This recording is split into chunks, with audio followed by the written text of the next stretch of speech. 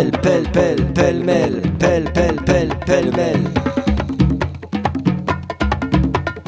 Pêle, pêle, pêle, pêle-mêle, pêle, pêle, pêle, pêle-mêle. Pêle-mêle, l'émission où tout s'en mêle et se démêle d'un coup de pelle. Pêle-mêle, l'émission où tout s'en mêle et se démêle d'un coup de pelle.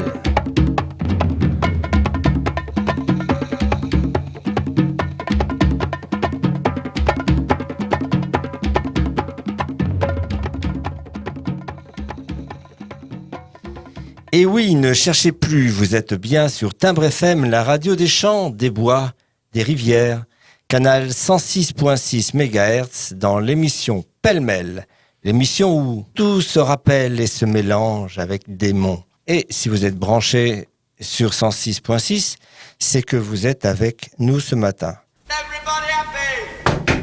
Qui c'est ? Qui c'est ? C'est le plombier ? Non. Ce n'est pas le plombier, c'est Morgane aujourd'hui qui vient nous rendre visite pour nous parler de son livre.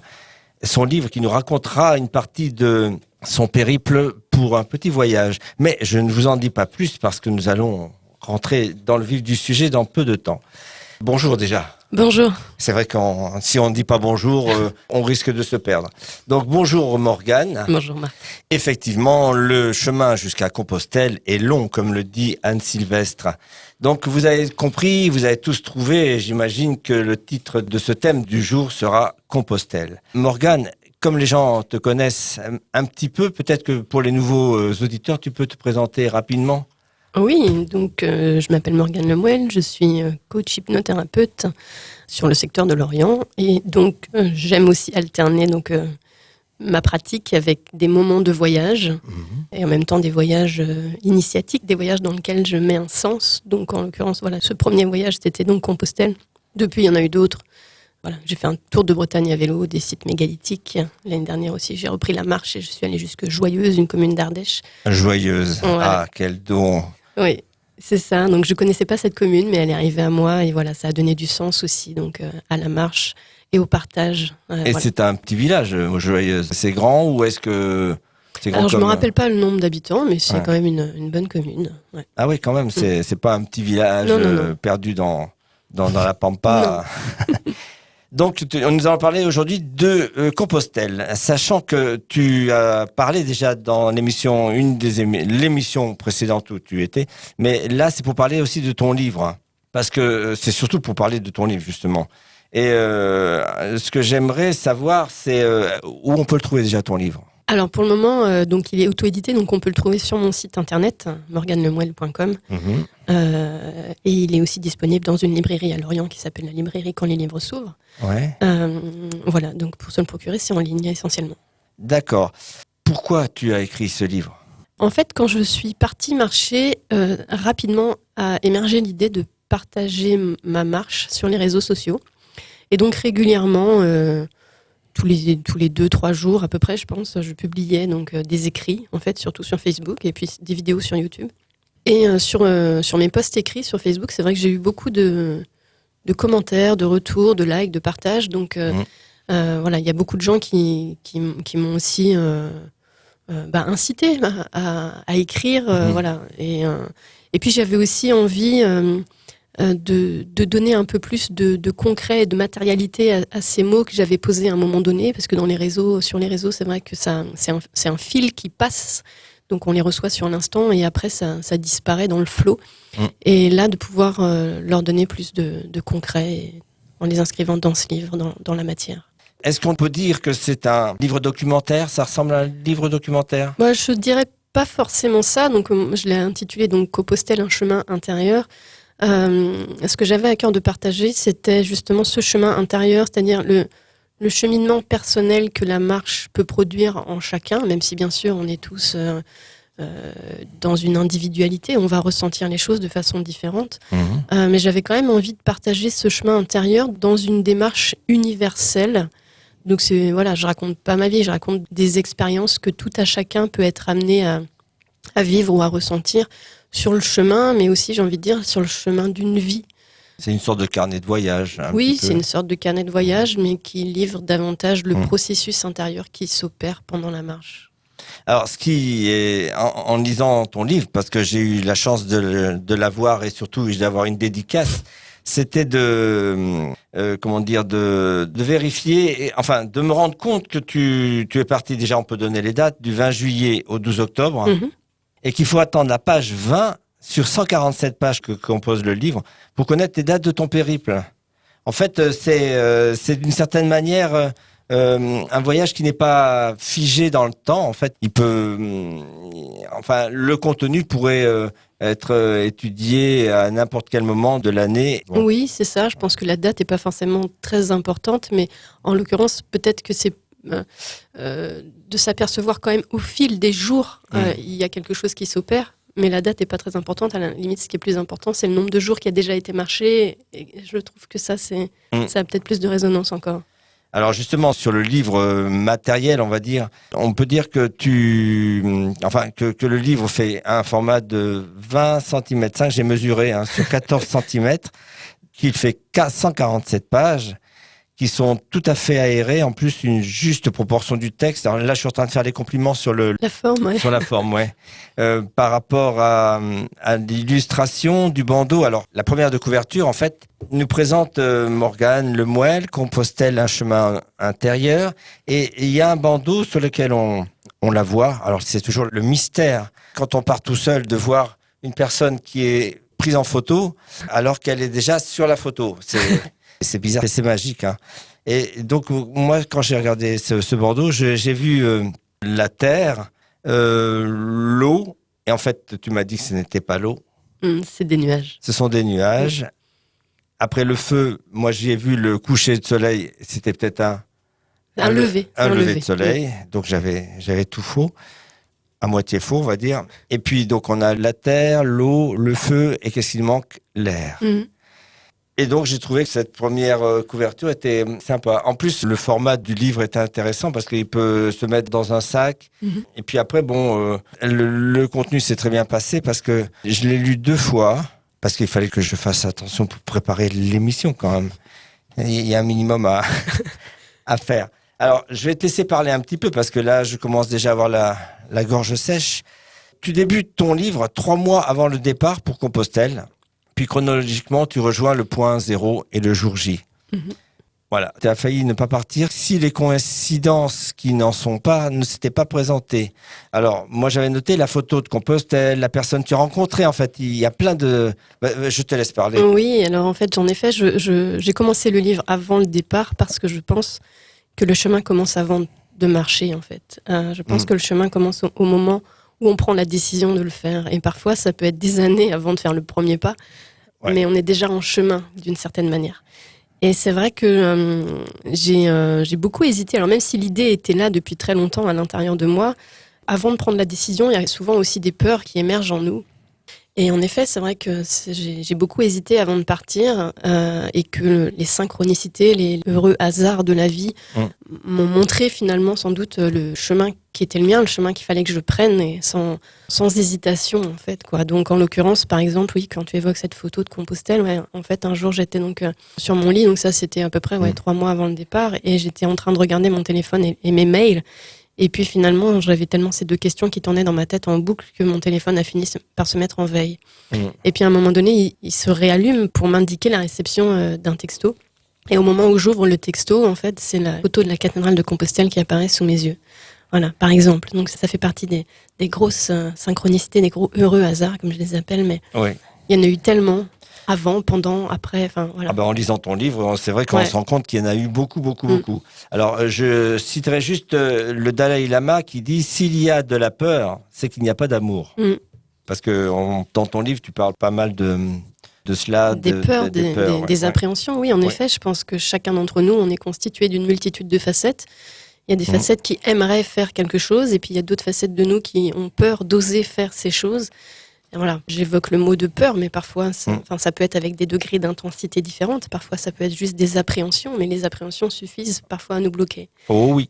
Donc, tu es parti avec un sac à dos rempli. Alors ça, Je te vois sourire aussi et Hervé ne sourit pas encore parce qu'il ne le sait pas. Mais en fait, dans ton sac à dos, tu avais emmené donc tes peurs, mais surtout tu avais emmené 1,3 kg de pâtes. Alors, pas forcément 1,3 kg de pâtes, non. 250 grammes de pâtes, c'était suffisant, mais il y avait d'autres choses avec. Oui. C'est-à-dire qu'au moment où je suis partie, en effet, j'avais fait, refait, défait et refait encore mon sac à dos parce qu'on on m'avait suggéré de partir avec 7 kilos max. Ouais. Et finalement, au départ, mon sac à dos faisait 14 kilos. Mais j'avais beau le défaire, je trouvais rien à enlever, quoi. Et puis finalement, au bout de quelques jours, j'ai bien senti que 14 kilos, ça allait être compliqué pour aller jusqu'à Compostelle. Et donc, en effet, j'ai enlevé 1,3 kg d'affaires, dont quelques pâtes. Mais il y avait aussi donc un réchaud, la popote et différentes choses. Voilà, c'était déjà un peu mieux avec 1,3 kg en moins. Alors ça me rappelle le film Les Randonneurs, tu l'as vu, non, le film? Alors non, je ne l'ai pas vu. Alors ça c'est Karine Viard, donc l'histoire ça raconte le parcours du GR20 en Corse, et Karine Viard est donc à la traîne et est en train de, elle a un sac à dos aussi surchargé et elle va se débarrasser de plein de choses qu'elle va jeter dans la nature. Et c'est vrai que quand on part avec le sac à dos, on essaie d'emmener le maximum de choses avec un minimum de poids. Et on s'aperçoit vite que finalement, il y a plein de choses qui sont inutiles. C'est les choses qu'on comprend au cas où. Et puis, on s'aperçoit aussi, d'un point de vue métaphorique, qu'en fait, on porte aussi justement toutes nos peurs dans notre sac à dos. Alors, après avoir fait le tri, qu'est-ce qui t'est resté? Alors, d'un point de vue clairement matériel, du coup, en termes de kilos, simplement déjà. Donc, je disais, je suis partie avec 14. Je pense que je suis arrivée à Compostelle, je devais avoir 6 kilos dans mon sac à dos. Donc, on voit bien aussi ce côté métaphorique de tout ce qu'on laisse sur le chemin. Mais entre-temps, donc j'étais partie en autonomie quand même. Donc, j'avais pris ma toile de tente. Donc, j'ai gardé ma toile de tente jusque Bordeaux, puisque je ne marchais pas encore sur un chemin... balisé. Sur la fin de ce parcours-là, il était quand même balisé, mais il n'y avait pas forcément beaucoup d'auberges. Il y avait des particuliers qui recevaient les pèlerins.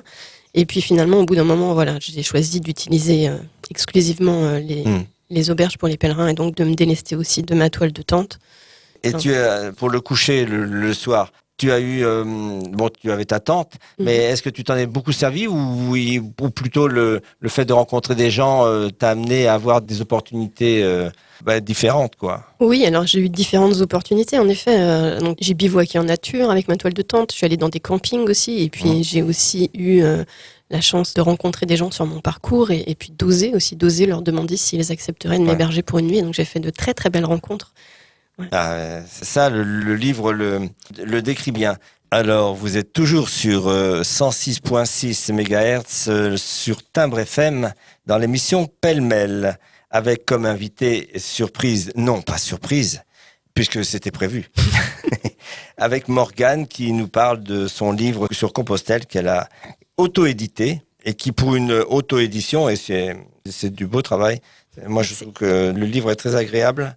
Donc, n'hésitez pas à l'acheter parce que franchement, pas seulement pour les photos qu'il y a un petit peu à l'intérieur, pas seulement pour les écrits chronologiques, mais sur le vécu, ce que rapporte ce livre sur le plan intérieur. Mais on va y revenir tout à l'heure. Alors, les peurs, donc tu en as parlé un petit peu tout à l'heure. Je voulais citer une phrase que tu dis dans le livre. Après tout, la magie, c'est quand la magie. C'est beau, non ? Personne ne me répond, c'est pas grave. Je continue. Qu'est-ce qui fait que certains sont osent aller au-delà de leur peur? Voilà, ça c'est une question plus en rapport avec la recherche intérieure. Qu'est-ce qui fait que certains osent aller au-delà de leur peur? Bah oui, je trouve que c'est une question intéressante parce qu'on peut les observer, ces peurs, et en même temps, on peut aussi observer qu'est-ce qui ferait la différence? Quel serait le petit déclencheur, le petit plus qui nous permettrait d'oser enfin? Et je trouve que ça fait toute la différence. Et je vais revenir aussi sur la première, quand tu dis, la magie, c'est quand l'âme agit. Et je trouve en effet que c'est ça. Je pense qu'on peut parfois ressentir des appels profonds qu'on pourrait qualifier comme étant des appels de notre âme. Et on n'ose pas toujours y aller parce qu'on met la raison derrière et on laisse plus de place à nos peurs et au mental. Et que finalement, quand on ose prendre ce chemin-là, eh bien, on voit que la magie opère, comme j'ai pu le constater et comme j'ai voulu le partager justement dans ce livre. On voit, moi finalement, j'ai eu la sensation à un moment donné sur mon chemin, avant de prendre cette décision, c'était comme me jeter dans le vide. Me dire, Ouais. bon, bah, c'est pas grave, il y a plein de peurs, mais allez, c'est pas grave, je fais fi de toutes ces peurs et j'y vais. Donc j'avais un peu cette sensation de sauter dans le vide. Sauf qu'au lieu de tomber, finalement, j'ai eu vraiment cette idée que c'était comme si la vie déroulait un tapis rouge sous mes pieds. Donc j'ai bien vu la magie opérer et je pense que chaque fois qu'on ose aller dans cette direction qui est un appel intérieur, la magie opère.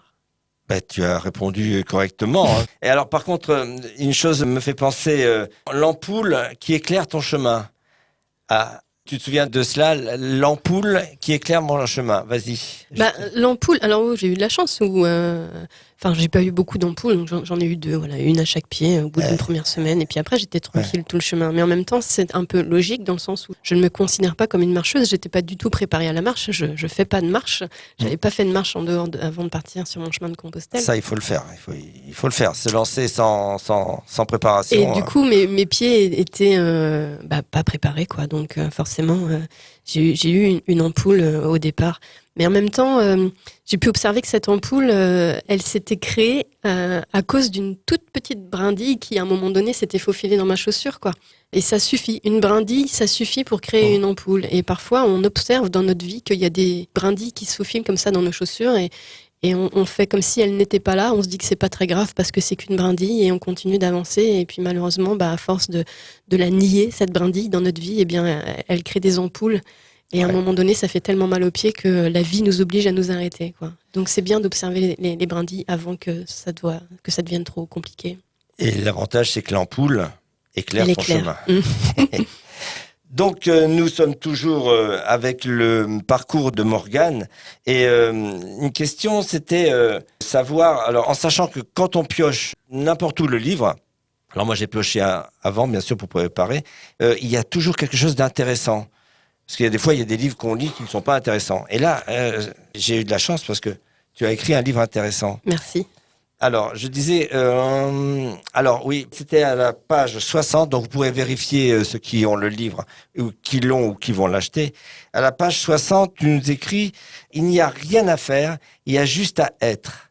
Il y a juste à se taire et à marcher. Et ça me fait penser un petit peu à la méditation où on dit, on ne médite pas pour recevoir quelque chose, mais c'est parce qu'on médite qu'on reçoit quelque chose. Je te laisse... je pense en effet que dans notre vie, on est peut-être habitué à faire des choses ou à vouloir quelque chose, à atteindre un objectif. On met des attentes et finalement, en mettant des attentes, c'est la meilleure manière d'obtenir des frustrations. Donc en fait, c'est de réussir à se dire qu'en fait, il n'y a rien à faire. Il n'y a rien à faire qu'à vivre, à ressentir le moment et à se laisser traverser par ce qui est là.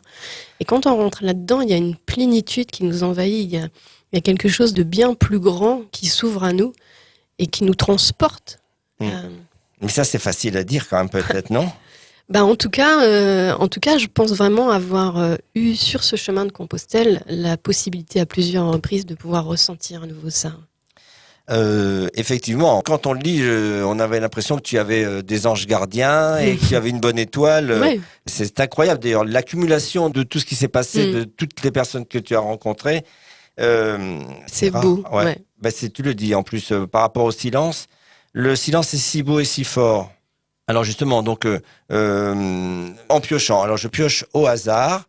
Nous nous perdons si souvent dans le brouhaha de nos mots. Une parole, une action peuvent réveiller une blessure que l'on ignore. Et notre ego se débat. Donc en fait, pendant ce voyage, tu t'es libéré de certaines contraintes et qui t'ont permis qui t'ont changé, voilà. Pour résumer, tu t'es libéré de... Oui, je pense en effet que le fait de réussir à faire la place au silence nous permet d'être dans plus de paix. Et cette paix, c'est dans une double démarche. C'est parce que plus on est en paix avec nous et plus on est en paix avec l'autre et le monde. Et le fait de marcher, c'est aussi développer une posture d'observateur de soi. C'est-à-dire que parfois, on peut être empêtré dans nos ressentis et que j'ai la sensation que la marche permet de prendre de la distance par rapport à nos ressentis, comme si on devenait observateur de soi-même. Et que du coup, ainsi, c'est nous défaire des émotions pesantes ou des expériences lourdes qu'on a pu vivre pour retrouver davantage de paix à l'intérieur de soi. Et ce livre qui reste une trace, tu l'as relu depuis... parce que pour l'écrire, tu l'as lu, relu, etc. Relu. Et à un moment donné, on en a un petit peu ras-le-bol de le dire. On le connaît presque par cœur. Parce qu'il est sorti récemment. Tu l'as sorti quand? Début mars. Début mars, oui. Donc on est avril. Ça fait 2 mois à Oui. tout casser. Bon, le temps qui passe à l'impression. Mhm. Et est-ce que tu as envie de le relire maintenant qu'il est en format? Est-ce que tu l'as relu plutôt avec la mise en page, etc.? Non, je ne l'ai pas relu dans le livre, non. En fait, c'est aussi un travail, je trouve, d'écrire un livre, parce que j'ai pu observer aussi, tu vois, dans cette même démarche que de marcher justement sur Compostelle, donc les appréhensions qui se réveillent, le fait de livrer quelque chose qui va être lu ensuite, d'avoir des retours. Voilà, ça peut réveiller à nouveau la peur du jugement, la peur du regard de l'autre. Donc tout ça, c'est aussi un travail, je trouve, un travail de développement personnel que d'écrire un livre et de le livrer au monde ensuite. Et après, c'est lui laisser, c'est le laisser vivre sa vie en fait, quoi. J'ai plus la main, donc ça amène aussi à lâcher prise d'une certaine façon, à lâcher nos envies de contrôler les choses. Le livre maintenant, il est écrit, il est publié et il vit sa vie et voilà. Ben, je te rejoins parce que j'ai écrit aussi un bouquin et après, en fait, c'est comme un accouchement en fait. On accouche, et après, on a le livre, mais il nous appartient plus presque. On est dépossédé du livre. Alors, donc maintenant, on passerait bien peut-être à des citations. Alors, quelques citations, 3 citations. Une de Stevenson, on parlera rapidement tout à l'heure de Stevenson, qui disait « En vérité, je ne voyage pas pour moi, mais pour atteindre un endroit précis, pour marcher simplement avec le plaisir de voyager. » Alfred de Musset, le poète, a écrit « L'enfant marche, joyeux sans songer au chemin, il le croit infini, n'en voyant pas la fin. » Et De Vos, avec ses jeux de mots, « Mon pied droit est jaloux de mon pied gauche. Quand l'un avance, l'autre veut le dépasser. Et moi, comme un imbécile, je marche. » Donc voilà, c'était ces 3 petites citations. Et maintenant, nous allons passer au haïku.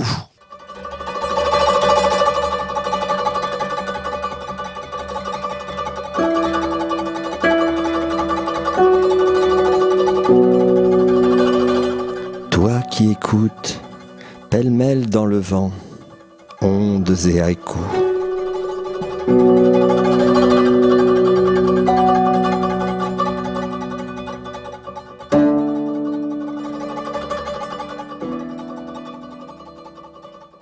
Alors nous voilà pour le haïku. Morgane, qui a bien travaillé, nous a préparé un haïku. Oui, le voici. Une pèlerine fredonne sur le chemin, seule, que compose-t-elle? Ah, tu peux nous le redire une deuxième fois? Une pèlerine fredonne sur le chemin, seule, que compose-t-elle? Eh ben, c'est super, hein? Merci. Là, des fois, on a des haïkus qui sont, pas autant recherchés, on va dire. Là, c'est recherché. Et j'ai oublié de parler tout à l'heure de ton départ, parce qu'en fait, tu as suivi Compostelle, avec plus ou moins un parcours de Compostelle qui est matérialisé depuis... de quelle ville c'est le départ, normalement? Il n'y a pas de normalement, en fait. Chacun le fait à sa façon. C'est vrai qu'il existe des départs un peu plus connus, comme le Puy-en-Velay, Vézelay, éventuellement le Mont-Saint-Michel, voilà. Moi, j'ai choisi de partir de chez moi, comme beaucoup le font aussi, comme ça se faisait aussi historiquement, les gens partaient de chez eux. Voilà, donc je suis partie de chez moi dans le Morbihan. Mais tu es parti de chez toi, mais tu ne vis pas dans une petite chapelle où tu as passé la nuit, tu sais, au milieu de Merlin. Oui, alors j'ai pas passé la nuit dans la chapelle, hein, j'ai passé la nuit dans la forêt de Brocéliande. Et en effet, donc tout près, donc à Tréorenteuil, donc tout près de cette fameuse chapelle du Graal. Ouais. Puis tu es accompagné aussi sur le départ par ton père, tes enfants aussi. Absolument, c'est ça, ouais. Sur les quelques premiers kilomètres. Ouais. Et alors, on arrive déjà à la fin du périple. C'est long, mais à la fois c'est super long en temps, et puis c'est très court parce que ça passe vite. Et on se sent un petit peu... Aussi bien on est dépossédé par rapport au livre qu'il y a dans l'accouchement du livre, mais quand on arrive à la fin du périple, on a presque envie de marcher à contre-courant parce qu'on n'a pas envie que ça se termine. Ouais, il y a de ça, ouais. Peut-être on ralentit un peu le pas avant d'arriver. Ouais. Ça, ce n'est pas évident. C'est à la fois la joie d'arriver et à la fois, ben oui, il y a un peu le fait de ressentir cette fin qui est là et en même temps, cette fin, elle ouvre sur un renouveau, mais quelque chose de différent. Et alors, là, pour nos auditeurs, une petite anecdote que tu n'as pas dit dans dans le livre. Est-ce que tu as quelque chose à nous soumettre là que... Oui, alors je parle par exemple de 3 pèlerins que j'ai rencontrés au bout de 20 et quelques jours de marche, toute seule, voilà, depuis chez moi. Et en fait, alors c'était assez surprenant parce que ça faisait donc plus de 20 jours que je marchais, donc sans voir personne. Et là, je rencontre enfin 3 marcheurs. Et parmi les 3 marcheurs, il y en a juste un que je connais, en fait, quoi. Bernard, Ouais, alors bon, du coup, j'ai changé les noms dans le livre, voilà, pour maintenir la vie personnelle de chacun. Mais c'est vrai que, voilà, ça, c'était assez surprenant quand même de s'apercevoir que, en fait, c'est juste le prof de judo de ma fille, quoi. Donc, de manière tout à fait... C'est encore un moment étrange, justement, où la magie agit. Absolument, oui. Alors, bon, pour te donner un truc que j'ai pas forcément dit dans le livre, comme ça, là, j'ai pas forcément d'idées qui me viennent là, dans l'instant, mais il y en a eu plein, oui, il y en a eu plein des choses comme ça. Et alors, est-ce que tu as préféré la partie française ou la partie espagnole ? J'ai aimé les deux. Elles étaient tout à fait complémentaires dans le sens où j'ai vu presque personne sur la partie française. J'ai marché plus de 40 jours sur la partie française et j'ai marché plus de 35 jours toute seule. Et puis donc sur la partie espagnole. Donc j'ai aimé cette solitude en France tout autant que j'ai aimé rencontrer plein de gens en Espagne, de pays différents, voilà, avec des cultures différentes. Et alors, tu parles espagnol maintenant ? Non. Oh mais El Camino, c'est... Oui, voilà. Ouais. On sait se faire comprendre quand on a besoin de quelque chose et parfois il n'y a pas besoin de parler, c'est un geste, un sourire. Ouais. Voilà, un regard. Ben le sourire, ça ouvre toutes les portes. C'est de toute ça, façon. Absolument. Ça, c'est évident. Compostelle. Quel mot te vient à l'esprit, Morgane, quand tu évoques Compostelle ? Qu'est-ce qui te reste comme image ? Oh, mais il y en a plusieurs, mais alors si je peux faire bref quand même, je dirais le silence, la paix, la fraternité. Ouais, c'est bien ça. Ouais, c'est bien. Et par contre, pour le coup de pelle.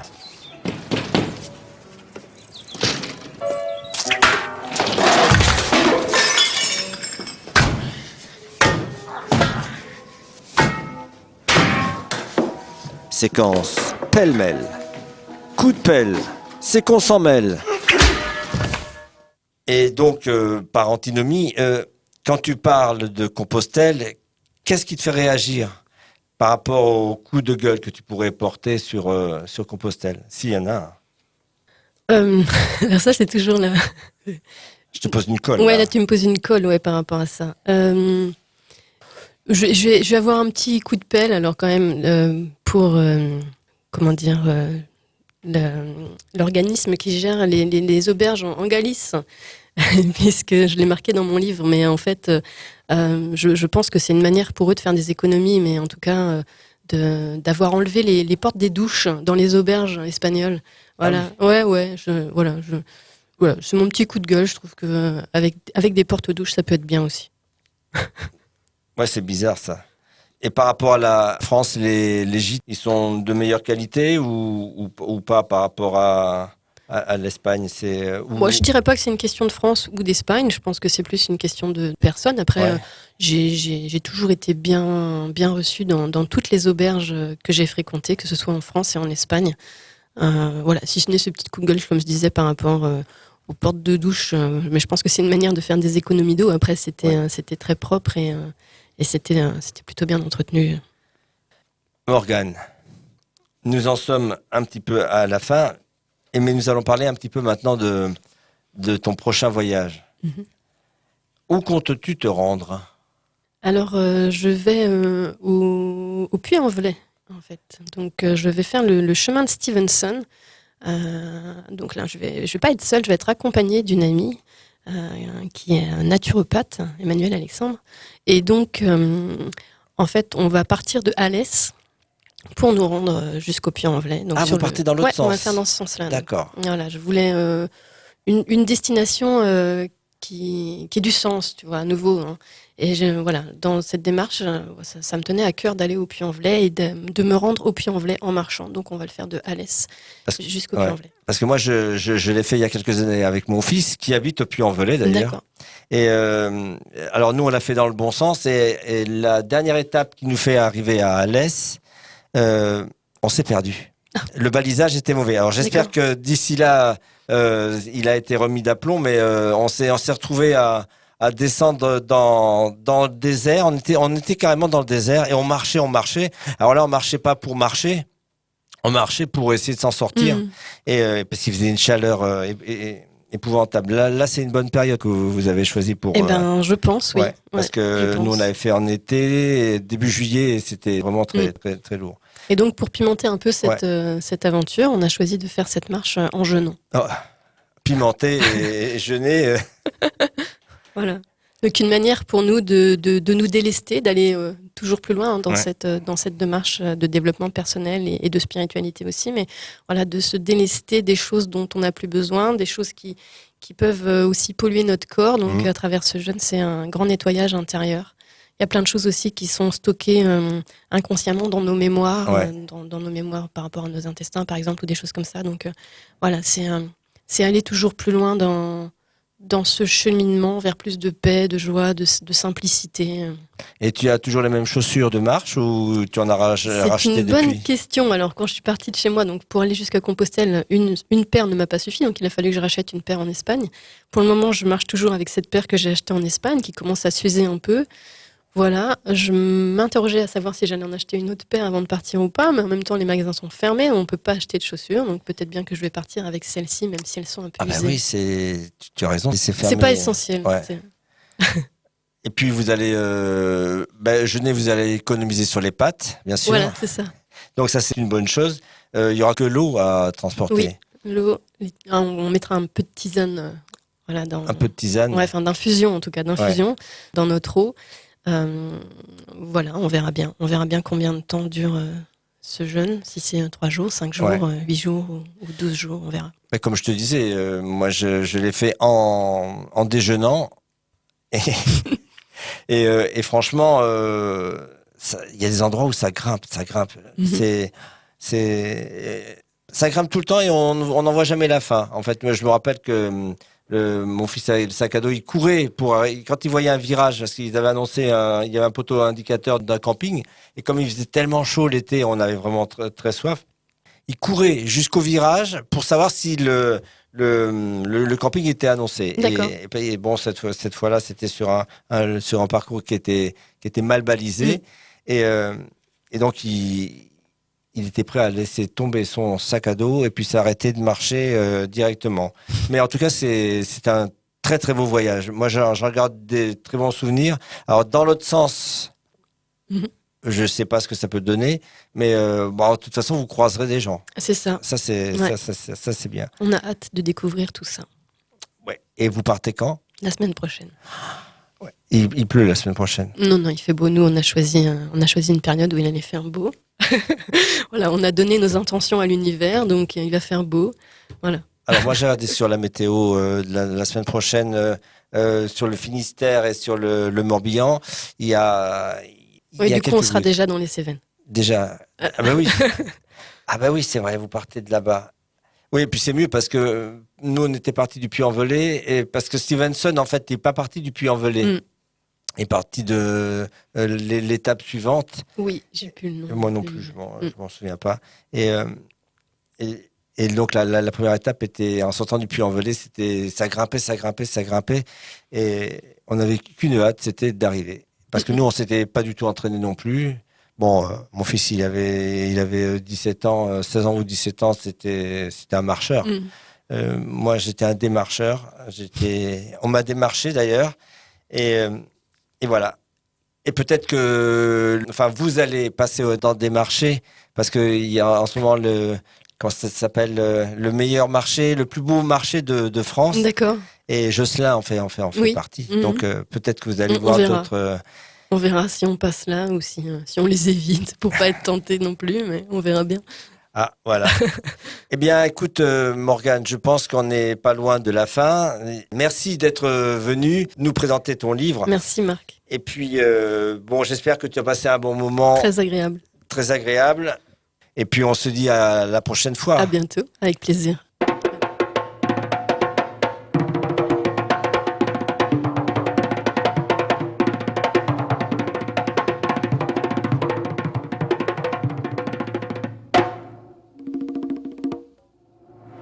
Pelle, pêle, pêle-mêle, pêle, pêle, pêle, pêle-mêle. Pêle, pêle, pêle, pêle-mêle, pêle, pêle, pêle, pêle-mêle. Pêle-mêle, l'émission où tout s'en mêle et se démêle d'un coup de pelle. Pêle-mêle, l'émission où tout s'en mêle et se démêle d'un coup de pelle.